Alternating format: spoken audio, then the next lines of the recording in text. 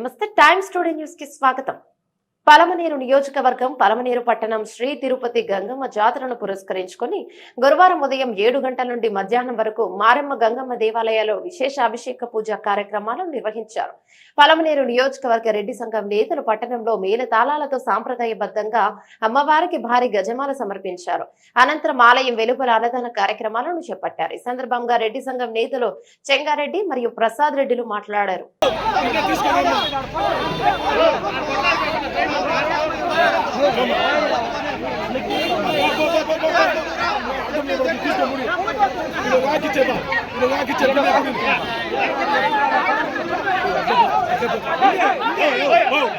తీసుకోమా మాట మాట పెట్టుకోలే అందరికీ ఉండాలి.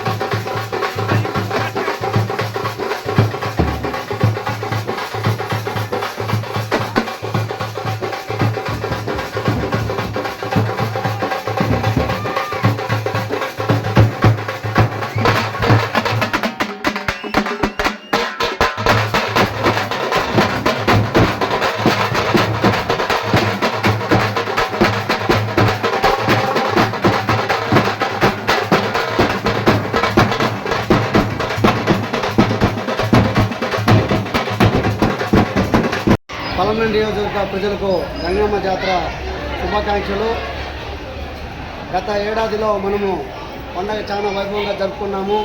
కానీ ఈ సంవత్సరం ఎలక్షన్ వల్ల పండగ అంత వైభవంగా జరుపుకోకపోయినా కూడా ప్రతి ఒక్కరు భక్తులు వచ్చిందన్న పొంగలు పెట్టి అమ్మవారికి హారతలు ఇస్తూ ప్రతిరోజు ఒక్కొక్క కుటుంబ సభ్యులతో అంగవైభవంగా మేళ తాళాలతో వచ్చి అమ్మవారికి అభిషేకం చేసి రోజు సుమారు 1000 మందికి అన్నదాన కార్యక్రమం చేస్తున్నారు. ఈరోజు మా రెడ్డి కుటుంబకులు రెడ్డి సంఘం వారిచే అభిషేకము మరియు అన్నదాన కార్యక్రమం వైభవంగా చేసినాము.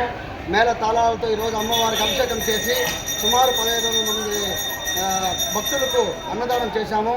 అలాగే భక్తులకు విన్నపము 20వ తేదీ అర్ధరాత్రి 12 గంటలకి శిరసు మెరుగు ఉంటుంది.